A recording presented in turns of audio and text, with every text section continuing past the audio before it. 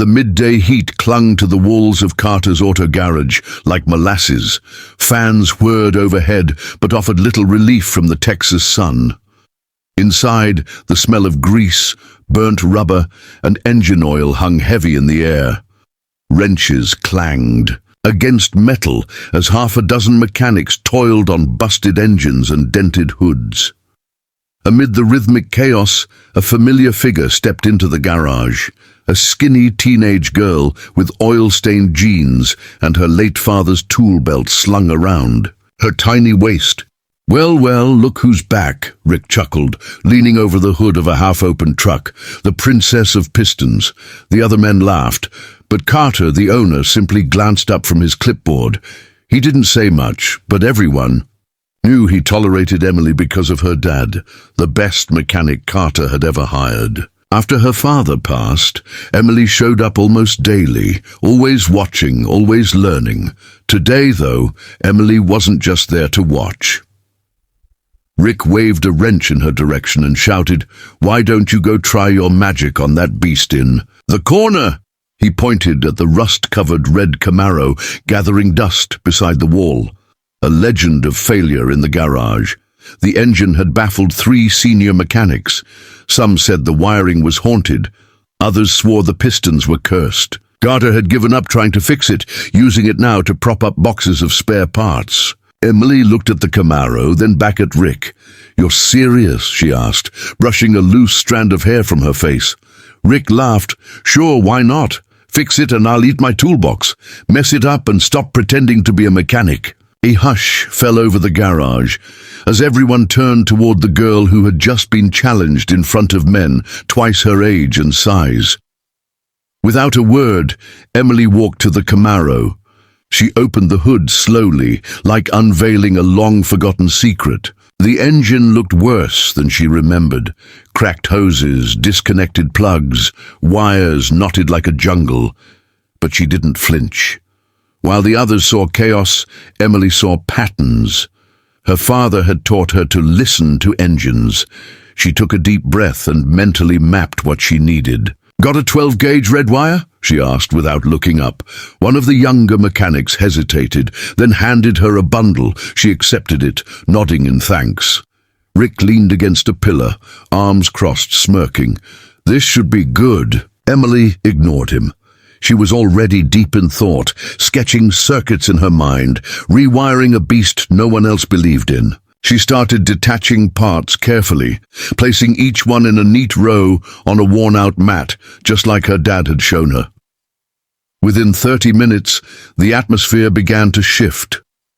The clang of other tools faded as more eyes turned toward Emily. She replaced the corroded terminals, rerouted a broken coolant line using parts from an old tractor engine, and patched the fuel injector line with a seal she fashioned herself. The girl was moving like someone who had rehearsed this moment 100 times in her dreams. Even Carter stepped down from his office to watch, his brow furrowed in disbelief. "Where'd she learn that seal technique?" one mechanic whispered. "Her old man," replied another. "He used to do that when parts were on back order." Rick scoffed. "It's all show. That car won't crank. She's wasting time." But in truth, even he couldn't look away. By now, the entire garage had stopped working. Everyone was watching the girl battle a monster engine most had long buried in defeat. An hour passed, then 90 minutes. Sweat ran down Emily's face, but she didn't stop. She knew this was her moment, not to prove something to Rick, but to herself and the memory of the man who taught her everything. Her hands moved swiftly, guided by intuition. She reconnected the final spark plug, checked the ignition, and tightened the last bolt. Wiping her hands on her jeans, she slid into the driver's seat. The Camaro still had the key in the ignition. She paused. The entire garage held its breath. Rick laughed one last time. "Let's see the fire show." Emily turned the key, a low click, then a heavy silence. Suddenly, the engine gave a violent cough, followed by a deep, thunderous roar. The Camaro shook alive like a beast breathing. For the first time in years, the walls echoed with the rumble. Eyes widened, Jaws dropped. Rick's smirk vanished instantly. One of the younger mechanics stepped back in shock, covering his ears. Another shouted over the roar, "That's the cleanest ignition we've heard all year." Carter walked slowly to the Camaro, stunned. He looked under the hood and then at Emily, still seated calmly behind the wheel. "You did this?" he asked, disbelief dripping from every word. Emily nodded, barely containing her grin. Rick muttered, "She just got lucky." Carter didn't blink. "Luck doesn't rebuild an engine from memory." He turned to the others. "Anyone want to argue that she doesn't belong here?" Silence. Then Carter turned to Emily. "I'd like to offer you a part-time apprenticeship. Pays modest, but the respect, you've earned it." Emily's eyes welled with tears, for the first time, not because she missed her dad, but because she made him proud. The next morning, Emily showed up at the garage wearing a grey shirt, with her name stitched into the chest, a uniform Carter handed her himself. It hung loose on her tiny frame, but her pride filled every inch of it. Mechanics gave her respectful nods as she walked in, a dramatic contrast to the chuckles she once received. Rick, however, stayed silent. He hadn't spoken a word since yesterday. He avoided her, worked quietly, and kept his distance. But Emily wasn't thinking about Rick. She was thinking about her first official job. Carter had assigned her to assist Marcus, a seasoned mechanic with 20 years under his belt, on a tricky gearbox replacement. Emily didn't just assist. She anticipated Marcus's needs before he asked, labeled bolts without being told, and offered suggestions that made his job easier. "By lunch," Marcus muttered. "Kids sharper than most of the guys in here, but not everyone was happy." Rick simmered in the background. He'd been the star of Carter's garage for 3 years, the go-to guy for the toughest jobs, the one who got bonuses and praise. But now, eyes had shifted. Clients were whispering about the girl who fixed the Camaro. Even Carter mentioned her in front of a customer. Rick's jealousy twisted into something uglier, so he came up with a plan, one that would humiliate Emily and put her back in her place. That afternoon, he approached her with a smile that didn't reach his eyes. "Hey, genius," he said, "think you can handle something more advanced than that toy gearbox?" Emily raised an eyebrow, but said nothing. Rick pointed toward a covered chassis in the back corner of the garage. "That's a hand-modified twin-turbo V8, custom job. It won't start. We've tried everything. Want to take a swing at it?" Carter, overhearing the conversation, narrowed his eyes. Carter walked over, wiping his hands on a rag. "You know that system's custom-built. Even you haven't figured it out, Rick," he said with a low voice.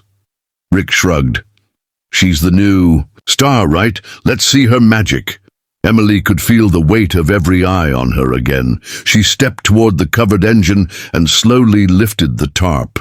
The engine beneath was a beast, chrome and black, with complicated wiring that didn't follow factory layouts. She studied it for a few minutes, running her fingers along the ignition path. Something felt wrong. Then she spotted it. 2 wires routed backwards, almost intentionally. A trap. Rick had sabotaged the engine to make her fail. She glanced at Carter, who gave her a subtle nod, as if saying, "You don't have to prove anything." But she smiled. "I'll give it a try," she said, and grabbed her tools. Emily worked for 2 hours straight. She didn't just fix the misrouted wires. She redesigned the entire cooling system with spare copper tubing from a discarded radiator. Her hands worked like music, flowing from task to task with confident rhythm. The men began to gather around again, this time whispering in awe. Even Marcus leaned against a workbench, watching like a proud uncle. Rick tried to scoff, but the noise around him drowned him out. "She's not guessing," someone muttered. "She understands it." After double-checking every bolt and seal, Emily slid into the driver's seat and turned the key. The engine rumbled to life, smoother than it had even when new. Carter blinked. "I've never heard that car purr like that." Emily stepped out and handed Rick a wrench. "Maybe next time you should double-check your wiring." gasps echoed. Rick's face turned crimson, and he stormed out without a word. After that day, everything changed again. Carter gave Emily more than an apprenticeship. He offered her a full trainee position with pay, hours, and responsibility. Customers began asking for her by name. The local newspaper even came by to photograph the teenage girl revolutionizing a Texas garage. Emily handled the attention with grace, always brushing off praise with a quiet smile and getting back to work. Rick, on the other hand, started missing shifts. Some said he applied to another shop. Others said he couldn't face the fact that a girl half his age had outworked and outsmarted him twice. One evening, as Carter locked up the garage, he looked at Emily and said, "Your dad would have been proud." Emily didn't reply right away. She just stared at the Camaro she'd fixed, now cleaned and gleaming in the fading sun. "I think he already is," she whispered. But one final surprise still waited for her. The next morning, a luxury black SUV pulled into the garage, spotless, clearly out of place. A tall man in a navy blazer stepped out, flanked by two assistants. Everyone stopped working. Carter walked over, cautious. "Can I help you?" The man extended a card. "I'm Andrew Benton. I own Benton Auto Labs. Our HQ is in Austin. We heard about a young mechanic who rebuilt a Camaro engine no one else could touch." Carter turned to Emily. Benton looked at her, surprised. "You're the one?" She nodded slowly. "We'd like to invite you for a visit," he said. "We're building a youth innovation program, and I think you'd be a perfect fit." Emily was speechless. Carter raised his eyebrows. "What do you think?" Emily finally smiled. "I think my toolbox is ready.